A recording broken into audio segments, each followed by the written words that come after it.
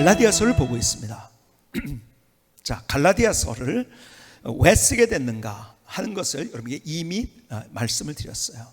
예루살렘에서 예루살렘 교회로 첫 교회가 시작이 됐지만, 그런데 그것이 이제 안디옥으로 가면서 안디옥에서부터 새로운 역사가 쓰여지기 시작합니다.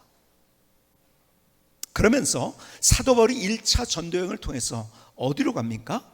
구브라는 섬을 거쳐가지고 거길 거쳐서 타우루스 산맥을 건너서 배 타고 다시 이제 지금으로 얘기하면 터키 쪽으로 가서 타우루스 산맥을 거쳐서 갈라디아라고 불리는 지역, 그 지역의 각 도시들을 순회하면서 복음을 전합니다. 그러니까 최초의 복음의 열매들이 사도 바울에 의해서 만들어졌던, 그리고 교회가 세워졌던 그런 것이죠. 정말 그 교회가 아름답게 성장을 했어요. 근데 문제가 뭐냐? 그 후로 이상한 사람들이 들어온 거예요. 이상한 사람이 들어오는 것 때문에 지금도 교회들이 문제가 생깁니다. 그렇지? 이상한 사람들이 들어와서 거기를 흔듭니다. 근데 잘못된 복음을 얘기하면서 흔드는 거예요. 그래서 그것이 복음이 무엇인지, 그리고 하나님의 은혜가 무엇인지를 정확하게 얘기해 주기 위해서 답답한 마음으로 복음에 대해서는 확실하게, 그리고 그리스도 안에서 자유가 무엇인가를 확실하게 얘기해 준 서신이 바로 이 갈라디아서입니다. 자, 이런 갈라디아 교회를 향해서 쓴 이 교회, 자, 그런데 보세요. 최초의 교회가 어느 교회였다고요? 틀릴까봐 그렇게 좀 소심하게 대답을 하시는데, 저는 늘 얘기하죠. 아주 쉬운 거 아니면 이미 질문에 대답을 해놓고 제가 질문을 한다고 했죠. 어느 교회? 예루살렘 교회요. 그렇죠? 최초의 교회가 예루살렘 교회. 자, 그런데 이런 생각해 보셨습니까? 예수님의 사역의 중심지는 예루살렘이 아니었던 거 아시죠? 어디예요? 여러분, 갈릴리 쪽입니다.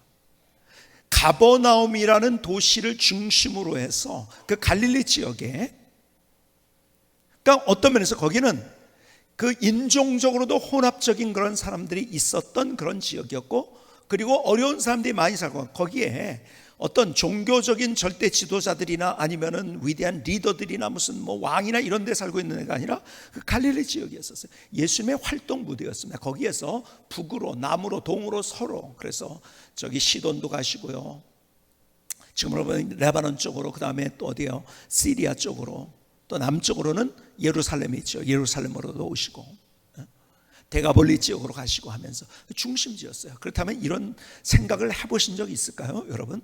그러면 왜 예수님의 활동 무대는 가버나움을 중심으로 한 갈릴리였는데 왜 예루살렘의 첫 번째 교회가 세워졌을까? 이런 질문을 한 번이라도 해보신 분들은 여러분 뭔가 좀 다른 사람이에요. 성경을 연구할수록 하나님이 주는 은혜를 더 경험했어요. 저는 왜란 질문을 자꾸 하라고 했잖아요. 그렇죠? 왜 그랬을까? 여러분, 갈릴리가 아니고 가버나움이 아니고 하필이면 예루살렘이었을까요? 여러분, 그럴 이유는 몇 가지가 있어요. 왜 그러냐면 예수님이 십자가상에서 달려 돌아가신 것, 그것이 예루살렘, 성벽 뒤 어디요? 갈보리 언덕이었어요. 그리고 거기에서 예수님의 부활을 경험한 거예요. 예수님의 죽으심과 부활이 있었던 곳이기 때문에, 그렇기 때문에 아마 예루살렘으로부터, 그러니까 예루살렘의 죽음, 예루살렘에서 예수님의 십자가 앞에서 모든 제자들이 다 도망갔잖아요. 그렇죠? 다 도망갔어요. 모른다고 부인하고요, 배반한 제자도 있고요. 다 터졌어요. 왜? 예수님처럼 될 수밖에 없으니까요. 예수님 제자라고 하면요. 그런데 그들이 다시 모였고 그들이 하나가 돼요. 왜요? 부활을 경험했거든요. 부활이 아니었다면 그들이 그렇게 모일 수 있었을까요? 아니요, 절대 그럴 수 없어요. 그 중에 야 웃기네, 부활이 아니었으면 야 부활했어 뭐 가짜로 얘기하고 그런다면요, 그 사람들이 어떻게 했어요? 모든 사람들이 다 변화가 돼가지고 새로운 역사를 쓴 거예요. 그 부활 때문에. 그러니까 거기에서 예루살렘에서 최초의 교회가 세워진 거죠. 더군다나 예루살렘에는 뭐가 있냐면 성전이 있어요. 그러니까 유대인의 그들의 삶에, 그리고 신앙에, 그리고 그들의 마음의 중심지는 예루살렘에, 왜? 성전이 있기 때문에. 그 성전. 그래서 디아스포라라고 이제 흩어진 유대인들이요, 저기 아프리카에 간 뭐 알렉산드리아다 뭐 이런 곳에, 아니면 저쪽 로마다, 아니면 저 터키다 이런 데서, 아니면 저기 지금 이란에 있는 페르시아에 잡혀갔을 때 그 사람들까지도 그들의 로망은 뭐냐? 예루살렘에 한번 와보는 거예요. 그렇죠? 그러니까 예루살렘에서, 그리고 처음 복음이 전파될 때는 그래서 유대인들 속에서 흩어지기 시작했어요, 복음이. 그래서 어떻게 했습니까? 회당. 그러니까는 사도 바울이 가는 데마다 빌립보란 도시를 제외하고는 거의 가는 데마다 어디를 제일 먼저 가면 회당에 가가지고 성경을 가지고 풀어주면서 예수님의 메시아인 것을 얘기했던 거예요. 그러니까 예루살렘에서 첫 교회가 세워질 수밖에 없었죠. 그런데 거기에서 얼마나 그들이 좋은지요. 이야, 이게 믿음이구나, 이게 신앙이구나, 이렇게 성도의 교제가 이런 것이구나, 하나님의 능력이 이것이나, 너무 기가 막히게 경험한 거예요. 자, 그런데요, 최초가 주는 부정적인 결과가 있었어요. 뭔지 아세요? 그것은 떠나지 않았다는 거예요. 자기들끼리 좋아서. 얼마나 좋았습니까? 사도행전 2장 46절에 이렇게 얘기합니다. 날마다 마음을 같이하여 성전에 모이기를 힘쓰고. 여러분, 그냥 그들이 그냥 모인 게 아니라 매일 모였어요. 성전에서.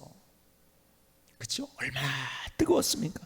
집에서 떡을 떼며 기쁨과 순전한 마음으로 무슨 집에서 서도 그리스도의 교제를 하고요. 쭉 보면은요, 자기 것을 자기 거로 가자면 유무상통으로 정말 도와주고. 이거는요 진짜 천국이에요. 야, 이런 데가 있을까? 그러니까 그들이 헤어지기 싫은 거예요. 흩어지기 싫은 거예요. 왜? 너무 좋으니까요. 이건 진짜 지상 천국이에요. 하나님의 능력을 경험하죠. 거기에서 성도의 아름다운 사랑이 뭔지를 경험하죠. 그래서 같이 그들이 있었던 거예요. 여러분, 부정적인 결과가 떠나지 않았다는 거예요. 그래서 마침내 하나님께서 7장에 보면 이제 스데반의 순교로 인해서 그들을 흩어놓게 되죠. 그리고 이제 주님께서 하신 말씀은 뭐냐면 가라는 거였었어요. 우리가 지금 마태복음을 금요일마다 보고 있는데요, 마태복음 계속 보는데 가라는 거예요. 결론은 가라는 거예요. 그렇죠? 그리고 주님께서 마지막 승천하시면서 사도행전에서 오직 성령이 너에게 임하시면 너희가 건너가 예루살렘과 온 유다와 사마리아 땅 끝까지 이런 내 증인이 되라. 가라는 거죠. 근데 안 가고 있었어요. 떨어지기 싫어가지고. 그런데다가 그들은 그렇게 함께하면서 너무 좋은데 가면서 이제 흩어진 사람이 교회를 세우기 시작하니까는 교회가 생겨난 거예요. 그러니까 어떻게 됐을까요? 그들은 우월적 사고를 갖기 시작했어요. 그들은 정통 유대인들이었었어요. 그들은 율법을 지키고 있었던 사람이고, 그리고 이방 사람들과 다르게 할례를 행하고 있었고요. 그러니까 우리는 너희와 달라, 우월 의식을 가지고 있습니다. 여러분, 우월적 사고 때문에, 그러니까는 이 생각을 가지고, 그래서 제가요, 전 세계 다니면서 어떤 한인교회에서 제가 집회를 하게 되면 아무개 교회 교인들은 제발 안 왔으면 좋겠대요. 우리 교회. 왜 그런지 아세요? 자기네 교회가 모델적인 교회래요.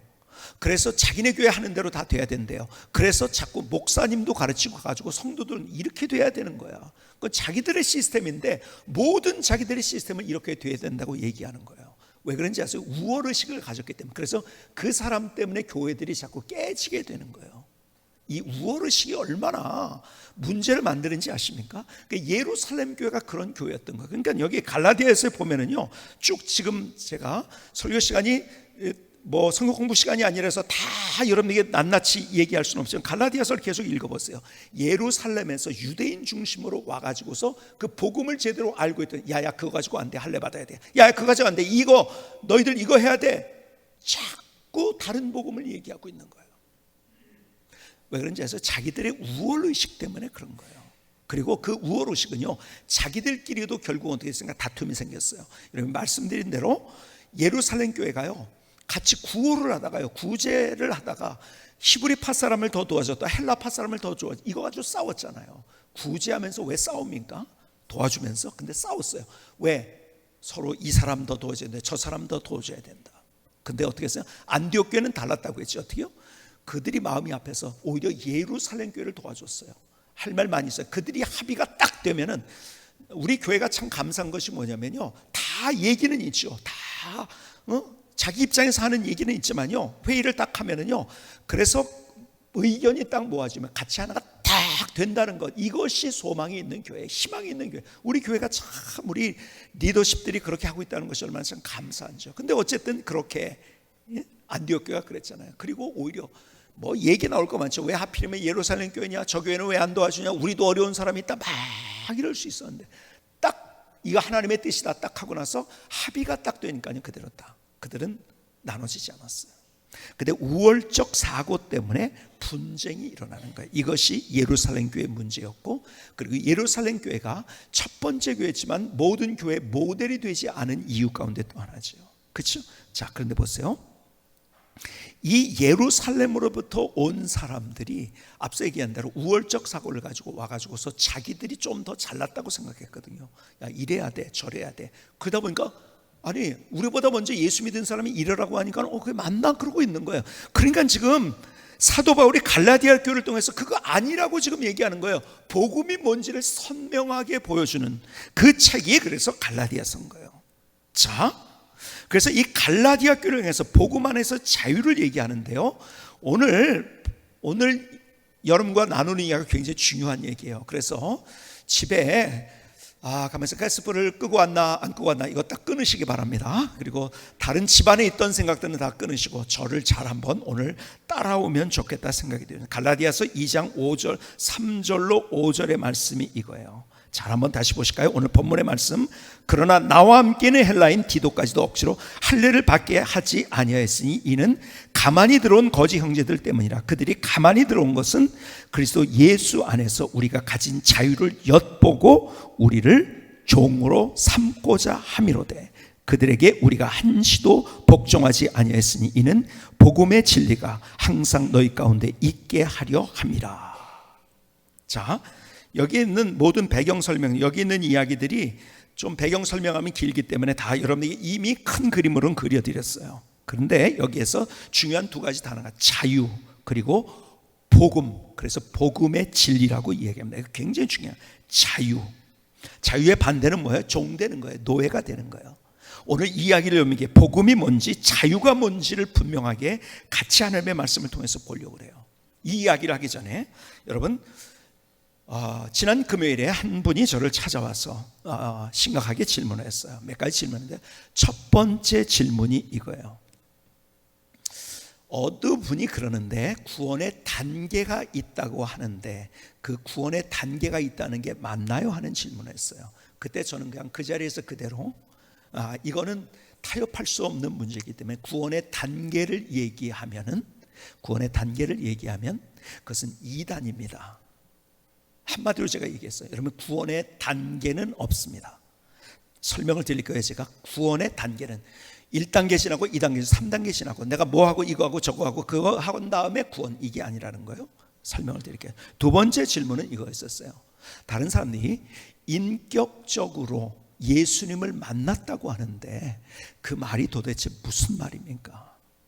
오늘 이 이야기를 복음이 뭔지를 이해하면 여러분이 이제 다 이해할 수가 있어요. 잘 한번 들어보시기 바랍니다. 여러분, 복음은 뭔지 아세요? 복음은 가장 단순한 거예요. 그래서 이겁니다. 하나님이 우리를 사랑하셨어요. 근데 우리가 우리의 문제를 해결할 우리의 문제의 근원은 죄입니다. 여기에서부터 우리의 죄의식, 그 다음에 염려, 걱정, 그 다음에 비교의식, 열등의식, 우울, 이런 모든 것들이 다 오는 거예요. 결국 하나님과 분리가 된 거예요. 죄의 문제를 해결하지 못하면 안 되는 거예요. 근데 우리의 노력은 되지 않아요. 그게, 그렇죠?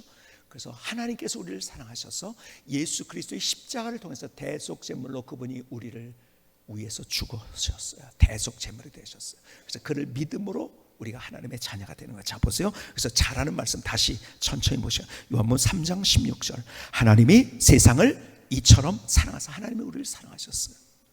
독생자를 주셨으니 이는 그를 믿는 자마다 멸망하지 않고 영생을 얻게 하려 하심이라. 여러분, 믿는 자마다 하나님의 의도는 우리가 멸망받는 게 아니에요. 구원받는 거예요.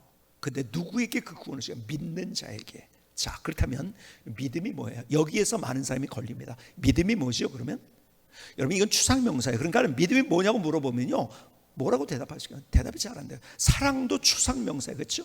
그러니까 사랑이 뭐예요? 뭐라고 대답하시겠어요? 사랑이 뭐냐고 물으신다면 눈물의 씨앗이라고 대답하시겠습니까?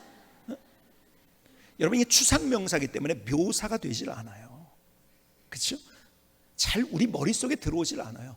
그래서 그것을 우리가 그릴 수 있는 언어로, 주님께서는 우리에게 그림 언어를 주셨어요. 그래서 그림 언어가 뭔지 아세요? 그래서 침례받는 것도 들어갈 때 요한복음 뭐예요? 로마서 6장에 있는 말씀대로 들어갈 때 예수님의 죽으심, 나올 때 뭐예요? 예수님의 부활. 내가 연합하여 옛사람이 장사되고 새로운 피조물로 거듭나는 것, 이 그림 언어로 주신 거예요 우리에게. 그렇죠? 침례가 구원의 조건은 아닙니다. 이렇게 구원받았다는 그림 언어예요. 근데 그림 언어를 또 주셨는데 어떤 언어를 주셨냐면 요한복음 1장 12절에 영접하는 자, 곧 그 이름을 믿는 자들에게는.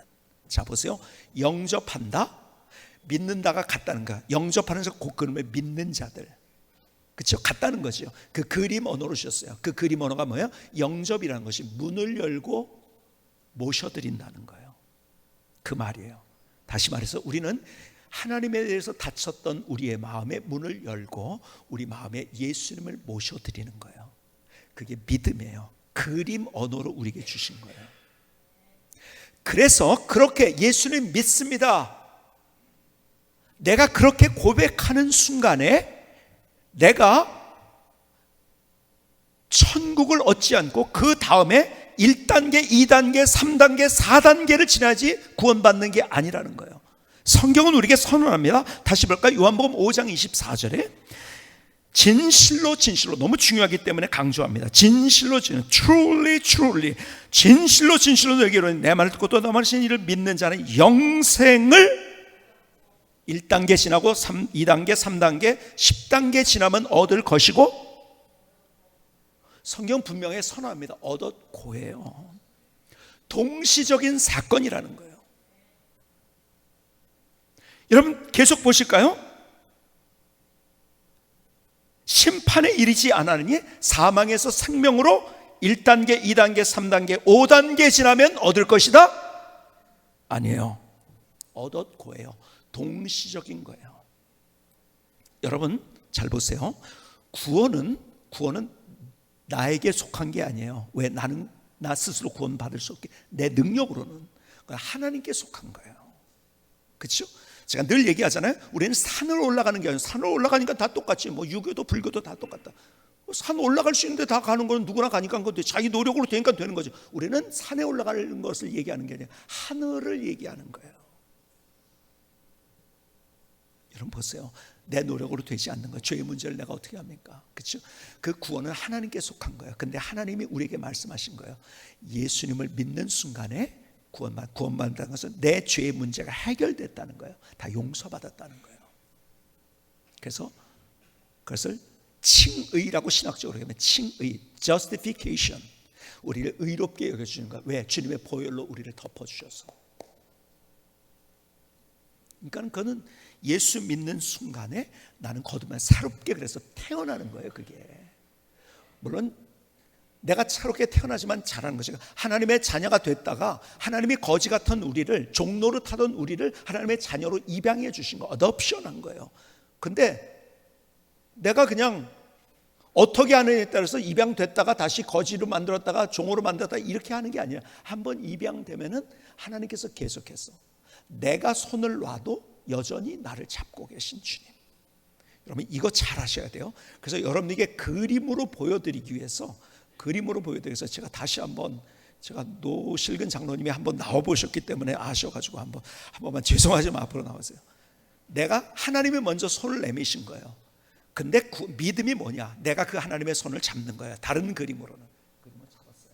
근데 내가 하나님이에요. 내가 더 세요. 근데 노 장로님 놔보세요. 그걸 놔보세요. 손을 아무리 놔도 계속 세신 하나님이 변치 않고 붙잡고 계신, 이게 우리의 구원인 거예요. 감사합니다.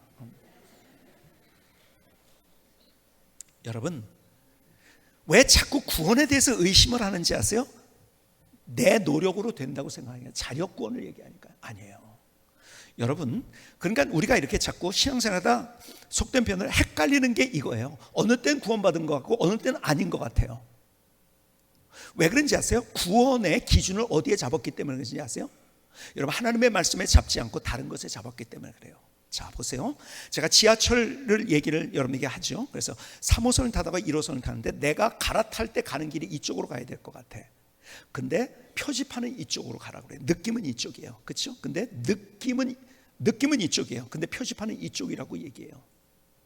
자 그러면은 1번 느낌, 2번 표지판, 1번으로 갈 사람 손 들어보세요. 그런 사람을 바보라고 그럽니다. 그렇죠? 불쌍한 사람이에요. 자기 느낌은 변하는 거예요. 불완전한 거예요. 우린 표지판, 변하지 않는 표지판을 쫓아가야 되는 거예요. 그렇죠? 모른다고 계속 어떤 분이 저한테 와가지고 어디 갔다가 계속 헤맨 얘기를 하더라고요. 길을 몰라가지고 계속 물어보니까 이쪽으로 가래요. 아니어가지고 또 딴 데 갔더니 또 저쪽으로 가라니까 또 저쪽으로 계속 헤맨 거예요. 여러분, 다른 사람의 말을 듣고서도 헤매서는 안 되는 거예요. 세상의 소리가 얼마나 아니에요. 그는 변하는 것들을 잘 모르고 그러는 거예요. 우리의 감정, 기분 좋을 때는 내가 구원받은 것 같아요. 기분이 나쁠 때는 구원받지 않은 것 같아요. 내가 열심히 교회 일을 할 때는 구원받은 것 같아요. 그러다가 열심히 교회 일을 안 하면 구원받지 않은 것 같아요. 이게 뭔지 아십니까? 이거는요, 변하는 것에 구원의 기준점을 잡은 거 아니에요. 그러면요, 안 돼요. 그러면 우리는 늘 불행한 인생 사는 거예요. 표지판 변하지 않은. 그게 뭐예요? 하나님의 말씀이에요. 그러니까 여러분, 말씀 앞에 서는 거예요. 그래서 우리가 말씀 공부가 중요한 거예요. 그래서 우리가 간증을 쓰라고 할 때, 구원받은 간증을 얘기할 때 꼭 그래서 근거가 뭐냐를 쓰게 훈련을 합니다. 임직 받을 때도 우리 간증문을 쓰는데요, 그냥 예를 들어서요, 어느 날 하나님께서, 예수님께서 나타나셔가지고 꿈속에 너 나 믿어야 된다 그래서 예수 믿게 됐습니다. 여러분, 그것이 내가 예수 믿게 된 동기는 될 수 있어요. 근데 그것이 기준이 되면 안 돼요. 왜 그래요? 우리는 개꿈도 꿉니다. 아세요? 개꿈 속에서 예수님이 나를 발로 한 대 차면서 엄마 가버려. 그러면 어떡할 거예요? 그러면 가는 거예요? 여러분, 그건 변하는 거. 거기에 우리의 기준점이, 여러분, 그것이 동기는 될 수 있어요. 하나님이 그걸 사용하시기도 합니다. 그런데 기준점 뭐냐? 말씀이에요. 그 말씀이 뭐냐? 믿는 자에게 구원을 주신다는 거예요. 주실 것이 아니라는 거예요. 주신다는 거예요. 그러니까 나는 예수님, 여러분, 내 느낌 따라가지 마세요. 말씀을 쫓아가야지 내가 가고자 하는 대로 가는 거예요. 자, 다시 한번. 그래서 이 확신으로 우리의 인생을 시작하는 거예요. 자, 한번 따라합시다. 나는 예수님을 믿음으로 구원받았다. 구원받았다. 여러분, 그 확신, 구원받았지만 그건 구원받은 것은 하나님의 자녀로 입양되고 갓 태어난 거예요. 그러니까 부족한 것도 있을 수 있죠. 연약한 것도 있고 더 성장한 사람도 있고 덜 성장한 사람도 있겠죠. 그러나 하나님께서 어느 정도 성장하면 너는 구원받은 거가 아니라 이미 우리는 하나님 앞에 어덥션, 하나님의 자녀로 우리를 종로로, 죄의 종로로 사던 우리를 주님께서 사셔서 우리를 하나님의 자녀로 세우셨다는 거예요. 이게 구원인 거예요. 아멘? 아멘? 자, 그런데 우리의 문제가 뭔지 아십니까? 문제는 이거예요. 앞서 약간 말씀드렸죠.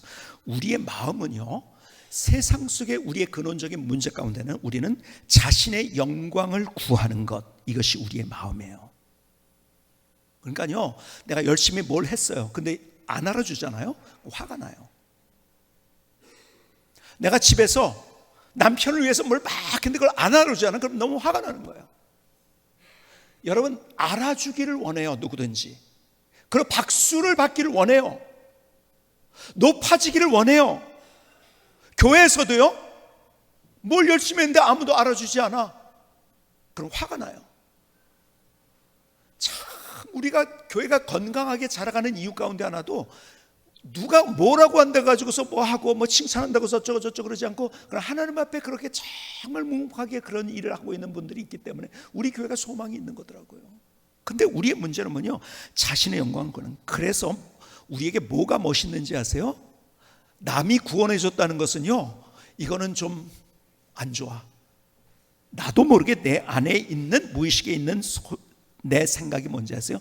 자력 구원의 메시지가 멋있어 보입니다. 아세요? 나 스스로 구원받는 것, 나 스스로 내가 뭔가를 해보는 것, 이 메시지가 훨씬 더 와닿아요. 그래서 다른 모든 종교들도 다 그래서 자력 구원의 메시지예요. 그렇죠? 다른 종교. 제가 어느 책을 한 권을 읽었는데요, 지난주에. 그 책이 제가 보니까 그 쓴 사람이 크리스찬인 것 같진 않아요, 전체 내용을 볼 때. 근데 거기에 쓴 에피소드 하나, 자기 글 하나가 있는데 이거를 한번 들어보시겠습니까? 수십 명이 들어찬 강당, 참석자들의 눈과 귀가 무대 위 스님에게 쏠려 있었다. 객석 여기저기서 다양한 고민과 사연들이 쏟아진다. 묵묵히 듣던 종교인은 중생들의 시름 따위 알리 없는 고매한 미소를 지어 보이고는 이렇게 말했다. 마음이 시키는 대로 하세요. 마음이 시키는 대로 하세요. 스스로 명령하고 따르는 주체적인 삶을 살라는 얘기였다. 참 좋은 말씀이다. 그런데 가만 내 마음을 내가 잘 아나? 1분 1초에도 몇 번을 왔다 갔다 하는 게 사람 마음인데 그야말로 내 마음대로 안 되는 게 내 마음 아니던가? 얘기한 대로 여기에서 누가 그랬다는 것을 이렇게 얘기하면 또 제가 명예훼손에 걸릴 수 있기 때문에 잘못하면 당신의 마음에 생각하는 대로 하세요. 주체적인 삶을 얘기하라고. 뭔지가 자력구원의 메시지를 얘기해요. 그게 아니라는 거 어디서 하는지 아세요? 내가 죽음 앞에서 알게 됩니다. 그것이. 그러니까요, 제가 말씀드렸죠. 다른 모든, 그래서요, 여러분들 예수를 믿는 거 외에 다른 것으로 구원을 얘기하면 그거 다 이단입니다. 예를 들어서 어느 데 가보면요, 이런 설교를 하면서 11조 안에 지옥 가! 이렇게 설교한다? 그러면 이단이고 그래서 나오면 되는 거예요. 그거는. 여러분, 구원은 다른 조건이 없는 거예요. 근데 왜 자꾸 그 소리를 들으면서 그래 그렇구나 하고서 막 거기에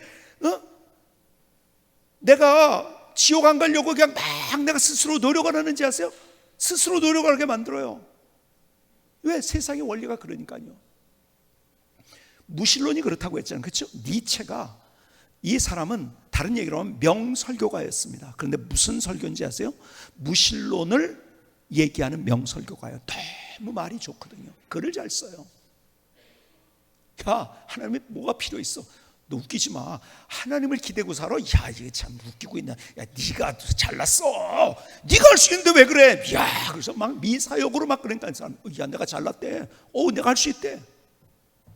여러분, 자력구원의 메시지예요. 다른 모든 것들은, 이단도 다른 종교도 계속 제가 얘기합니다. 그리고 다른 뭐예요?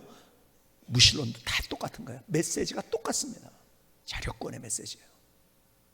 너무 멋있어 보이는 거예요. 제가 말씀드렸지만 목사님이 쓴 책이 일반 사람에게 베스트셀러가 안 되는 이유는요, 이 복음은요 자력구원의 메시지가 아니기 때문에. 근데 자력구원의 메시지가 너무 사람들에게 그래, 네 말 맞아 그래, 막 가운데 하다가 실패했어요. 넘어졌어. 근데 나 이거 맞나? 어떻게 하나? 네 말 맞아 그냥 네 주체적인 생각 가지고 네가 그렇게 네가 맞나보다. 그러다 결국 어떻게 됩니까? 결국 그러다가 이게 아니란 것을 알게 되고, 사람들이 그 자력구원의 메시지는 자기의 기본적인 죄의 문제도 해결할 수 없기 때문에, 사실은 그 죄의 문제를 해결하지 못하면 거기서 두려움이 오고 죄책감이 오고 비교의식, 열등의식, 우울감이 오게 되는 거예요. 그러니까요, 내가 열심히 노력을 하면 할수록 더 죄의식에 사로잡히는 거 아십니까? 열심히 하면 할수록 내가 더 불안하고 내가 열등의식과 우울감이 내 안에 오는 것입니다. 그래서요, 여러분들이 성공한 것 같은 사람들 내면 들어보면 더 훨씬 더 비교의식과 열등의식이 훨씬 더 많습니다. 공부 잘하니까 열등의식 없어? 아니에요. 그 사람이 공부 잘하는 이유는 뭔지 아세요? 열등의식 때문에 그 열등의식을 해소하기 위해서 목숨을 공부에 거는 거예요. 공부 잘했던 분들에게 죄송합니다. 우리가 그렇게 되는, 그러니까 공부를 잘했던 사람들이 자살을 하는 이유가 그거예요. 그러니까 제가 계속 얘기하잖아요. 똑같은 열매예요. 그렇게 네가 최고라고 하면서 그렇게 초인 철학을 얘기했던 니체, 그러니까 안 되니까 막 그냥 그 안에서 막 속이 볶이는 거예요. 막 어쩔 줄 모르다가 미친 광이가 되고 우울하고 모든 관계를 다 끊고, 제일 가까웠던 음악가 친구 하나 있으면 그 사람마저도 원수가 되고, 바그너하고 원수가 되고. 왜 그래요? 자기 가려니까 안 되는 거잖아요. 그래서 성경은 계속 열매를 보고 안다고 했어요. 열매를 보고. 근데 세상에서 우리에게 들려주는 이야기가 자력구원의 메시지가 너무 멋있는 거예요. 아니에요. 죽을 때 후회하면 안 되는 거예요. 행복한 삶을 살아야죠. 행복한 삶. 그러니까요, 제가 의자 얘기도 지난번에 했지만, 의자, 여러분들이 멋있으면 뭐예요? 멋있으면 거기 못 앉습니다. 왜? 불안해서. 그렇죠? 질서가 없는 의자, 멋만 있는 거. 그러니까 여러분들이 앉아 있는 이유가 뭐예요? 질서가 있어서 하중과 여러분들의 그 무게와 그 다음에 이 모든 것들을 다 지탱해 주기 때문에 되는 거예요. 그 질서가 있는 거예요. 그 질서가 깨진 거는요, 못 앉습니다. 그렇죠? 여러분, 그래서 질서가 중요하다는 얘기를 했어요. 여러분, 현대음악은 우리를 이렇게 유혹해요. 저는 현대음악과 현대미술을 보면 막 멀미가 나요. 왜 그런지 아세요? 현대음악은요, 화음을 거부합니다. 그래서 불협화음의 연속이에요. 제가 한번 그 연주회 갔다가 내가 죽는 줄 알았어요. 근데 왜 그 연주회 할까? 그걸 듣는 사람이 있다는 거예요. 그걸 좋아하는 사람이 있다는 거예요. 여러분, 이 시대가 어디가? 여러분, 질서를 파기한 것을 좋아하는, 그리고 내 말이 맞다, 불협화음을 좋아하는 시대 가운데 우리가 살고 있다는 거예요. 여러분, 똑같지만 미술도 마찬가지예요. 여러분, 현대 미술은요, 우리 마음을 파기하게 만듭니다. 음악도 우리를 살리는 음악이 있고 우리를 파기하는 음악이 있어요. 근데요, 자꾸 네 말이 맞다, 질서를 거부합니다. 그래서 불행해지는지 뭐 점점 더 불행해지는 인생. 여러분, 진짜 자유는 뭐인지 아세요? 하나님 안에 있는 거예요. 복음 안에 있는 거예요. 물고기는 물속에 있을 때 자유로워요. 그게 질서예요. 그렇죠? 새는 하늘에 있을 때 자유로워요. 그게 질서예요. 여러분, 사자는, 호랑이는, 동물들은 땅에 있을 때 자유로워요. 그렇죠? 그게 질서예요. 우리는 하나님 안에서 자유로운 거예요. 여러분, 자유가 뭔지를 몰라요. 사람들은 내 마음대로 망나니로 하는 것이 자유라고 생각하는 거 아니에요. 질서 안에 있을 때 진짜 자유가 있는 거예요. 아세요? 질서 안에 있을 때. 자, 그런데 보세요. 복음이 뭐예요? 복음은요, 내가 해결할 수 없는 그 문제를 해결한 거예요. 내가 해결할 수 없는 죄의 문제. 그러니까 노력이 아니에요. 자, 보세요. 자력 구원의 메시지를 가진 사람들은 똑같이 어떻게 되는지 아세요? 자력 구원의 메시지를 가진 사람들은 내 노력으로 가니까 어떻게 됩니까? 가면서 늘 눌려 있는 거예요. 그게 뭔지 아십니까? 죄의 종로를 타고 있는 거예요. 죄의 문제가 해결되지 않은 채. 그러니까 어떻습니까? 불안, 우울, 비교의식, 열등의식. 근데 주님께서 성경에 우리에게 죄의 종로를 타던 우리, 그래서 그 생각들, 우리를 예수 그리스도, 우리를 사셨어요. 구속이란 말이 샀다는 말이라고 했죠. 사셨는데 얼마 주고 샀다고요? 우리를 예수님의 목숨값을 지불하고 사셨어요. 그리고 우리를 하나님의 자녀로 만들어 주신 거예요. 종에서 하나님의 자녀로. 종은 뭐예요? 거기서 눌리고 그리고 지배받는 인생. 근데 하나님 안에서 누리는 인생으로 살게 우리를 만들어 주신 거예요. 여러분, 그래서 교회에 오셔가지고 교회에서 세상의 메시지로 여러분이 교회 생활하면 안 돼요. 내가 얼만큼 하면 이렇게만 하나님이 좀 인정해 주실까? 그러니까 다른 종교는 자력권이기 때문에 신관이 이런 신관이에요. 사랑의 하나님이 아니에요. 사랑의 하나님이 아니고 뭐예요? 그냥 제가 홍콩에 갔더니요, 거기에 막 돈도 놓고 뭐 이렇게 하면서 막 이렇게 막 절을 하고 손을 빌고 그래요. 그 내용이 뭐라고 하니까 그 사람들 얘기해 들었더니, 좀 내가 좀 자유롭게 할 수 있도록 당신 절대자 좀 나 좀 건드리지 마주세요. 내가 이렇게 정성을 다하니까. 그들의 신관이에요, 그것이. 근데 다른 모든 종교가 똑같아요. 다른 종교는 그래서 자력 구원을 얘기하기 때문에 그것은 비인격적인 이야기를 합니다. 무슨 얘기냐면, 그냥 제가 이런 얘기, 자동 판매기 하나님이 아니라는 말씀을 드렸죠. 1,000원 넣었으니까 1,000원은 주십시오. 기계적인 걸 얘기해요. 근데 우리는 뭘 얘기하는지 아세요? 하나님은 우리를 사랑하시는 거예요. 사랑하셔서 십자가를 우리에게 주신 거예요. 한량없는 그 은혜를 주신 거예요. 내가 스스로 해결할 수 있는 문제를 해결해 주셨어요. 하나님의 사랑 때문에 내가 구원받은 거예요. 그래서 우리의 구원은 기계적인 구원이 아니에요. 그것은 인격적인 구원이에요. 그래서 예수님을 믿는다는 말이 뭔지 아세요? 그것을 다른 표현으로 인격적으로 예수님을 만났다는 거예요. 왜? 사랑의 주님을 만나고 그 주님의 사랑 앞에 내가 믿게 됐으니까. 사랑이 인격이거든요. 그렇죠? 그래서 인격적인가? 나는 인격적으로 예수님을 만났어, 이렇게 표현하면 저분이 나보다 한 단계 높구나, 그렇게 생각하지 마세요. 같은 단계입니다.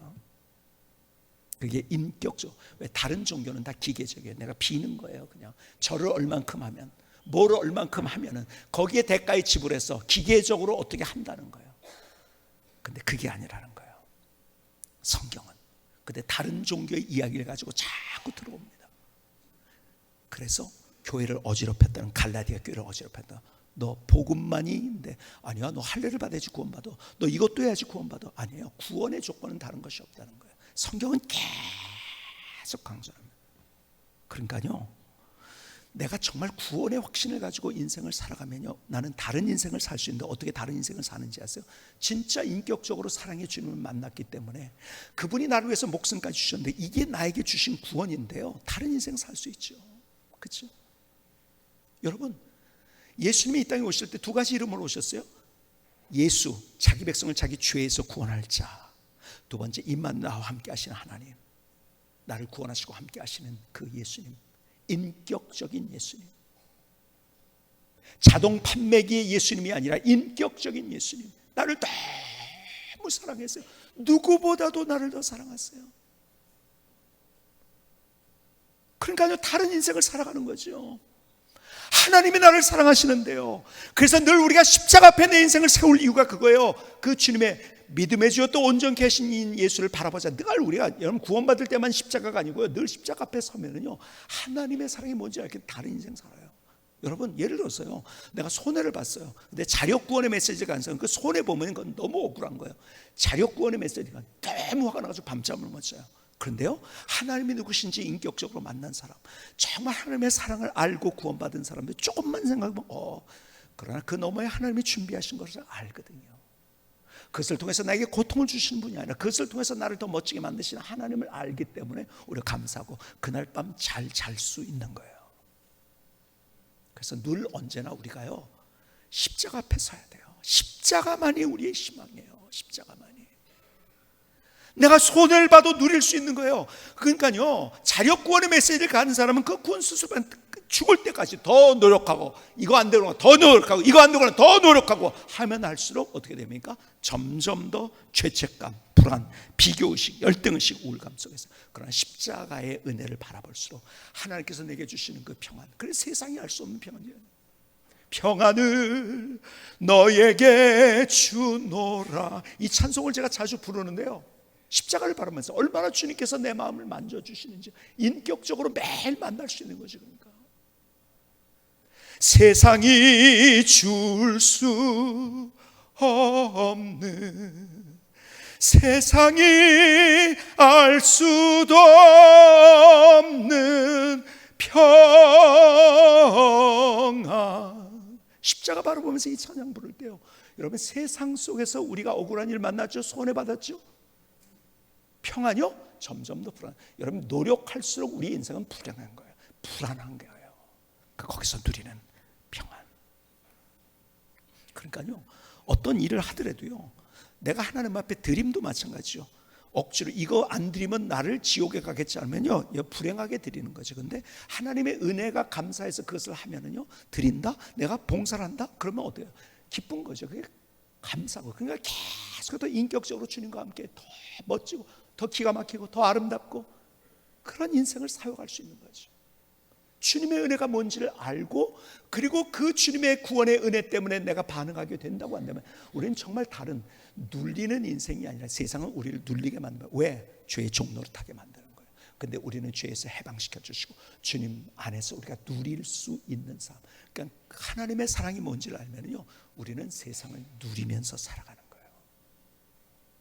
오늘 내가 예수 믿음으로 단순히 다른 것이 아니에요. 다른 것이 붙으면 그건 이단이에요. 내가 구원받은 거예요. 그 구원의 은혜 때문에 내가 매일마다 새로운 삶을 살아갈 때 기가 막힌 하나님의 역사를 경험하는 거예요. 이 은혜가 얼마나 놀라운지요, 얼마나 감격스러운지요. 김승희 선교사님 찬양을 드리시겠습니다.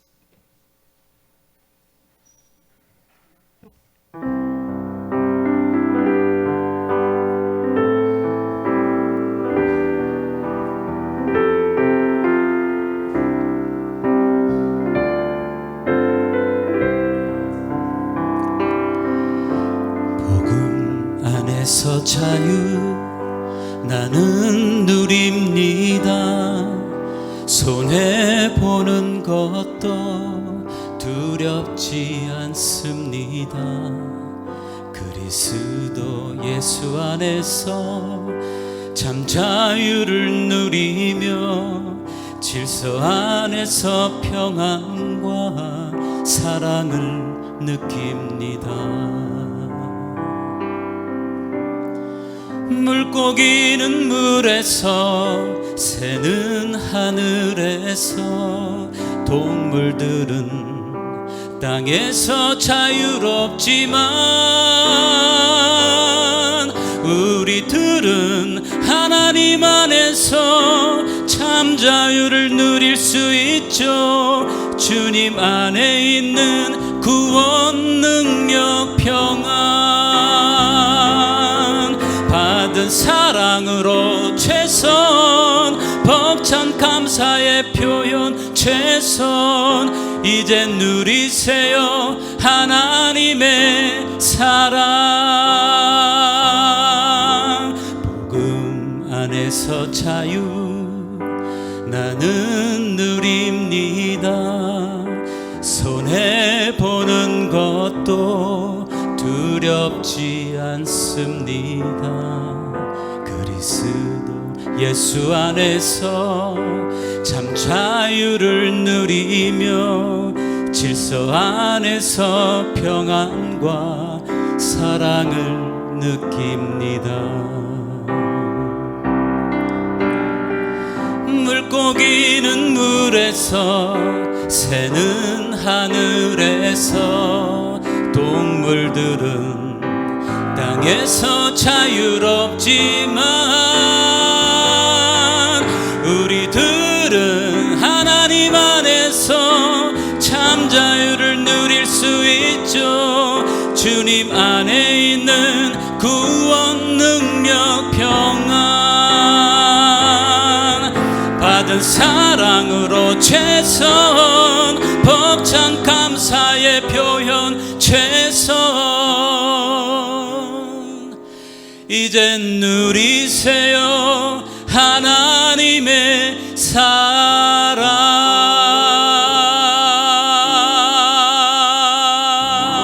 아멘. 하나님, 나의 고백입니다. 나의 노래입니다. 나를 받아주시옵소서. 하나님 감사합니다. 늘 제 기억 속에 있는 고등학교 때 한 친구요. 그 친구가 그 당시에 우리나라에서 제일 큰 교회 학생회장을 지냈어요. 얼마나 교회에 열심인지요. 너무 열심히 해서 어떻게 저렇게 열심히 할까. 그런데 그 친구를 만나고 얘기하다 깜짝 놀랐어요. 그렇게 하는 이유가 있는데 왜 그러냐면, 그렇게 안 하면 하나님이 쫓아오셔서 다리 몽둥이 분질러 놓을까 봐, 사고 날까 봐, 문제 생길까 봐. 여러분, 그건 자기 자력 구원의 메시지예요. 그것은 여러분, 하나님이 우리를 그렇게 의도하신 적이 한 번도 없어요. 근데 우리는 그렇게 살아가고 있어요.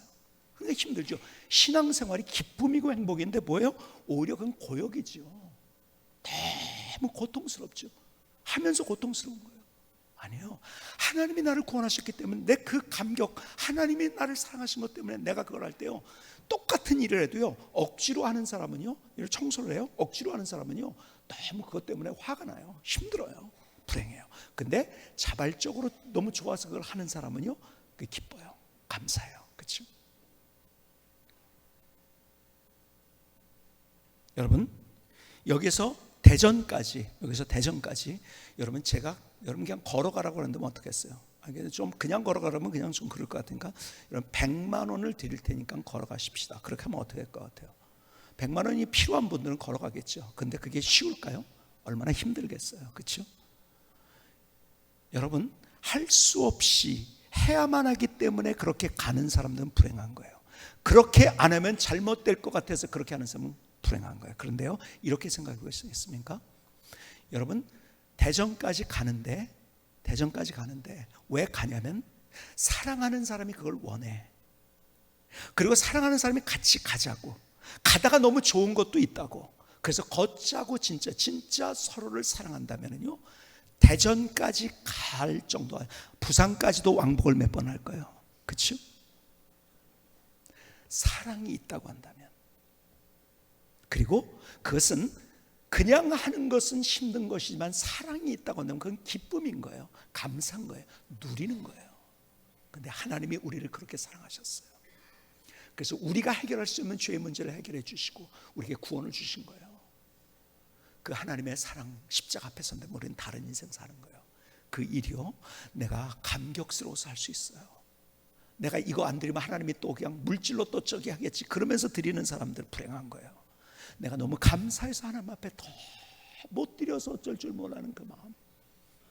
근데 이거 안 하면 또 하나님이 가다가 또 내가 이거 안 드렸다고 물질로 징계하시겠지, 그러면서 사는 사람 불행한 인생. 그거는 자력 구원의 메시지예요. 세상이 얘기하는 거예요. 그래서 오늘 그것 때문에 아니다, 거기 너희들을 그렇게 흔들어도 거기에 흔들리면 안 된다. 한번 따라서 흔들리지 말자. 흔들리지 말자.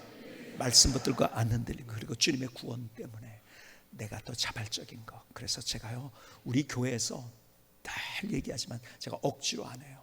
제가 뭐 어디에 뭐 집회 있으니까 오십시오. 그런데 왜 안 났냐고 물어본 적 전 거의 없을 거예요. 아마 제가 장로님 왜 안 왔어요? 그런 적 한 번도 없어요. 그건 자기 몫이에요. 저는 좋은 게 있으면 하자고는 하겠지만은, 그러나 그것을 억지로 한다면 그것은 뭐예요? 고행인 거예요. 아니야, 자발적인.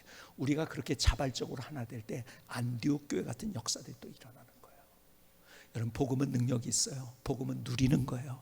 복음은 자유예요. 복음은 행복이에요. 진짜 복음 안에서 우리의 삶을 산다고 하면 다른 인생을 세워가는 거예요. 오늘 십자가 앞에 늘 새로운 인생을 세워갈 수 있기를 주님의 이름으로 축복합니다. 기도하시겠습니다. 조용하지만 뜨거운 기도를 주님 앞에 드리십시다. 갈보리 언덕의 십자가로 우리의 시선과 초점을 맞추십시다.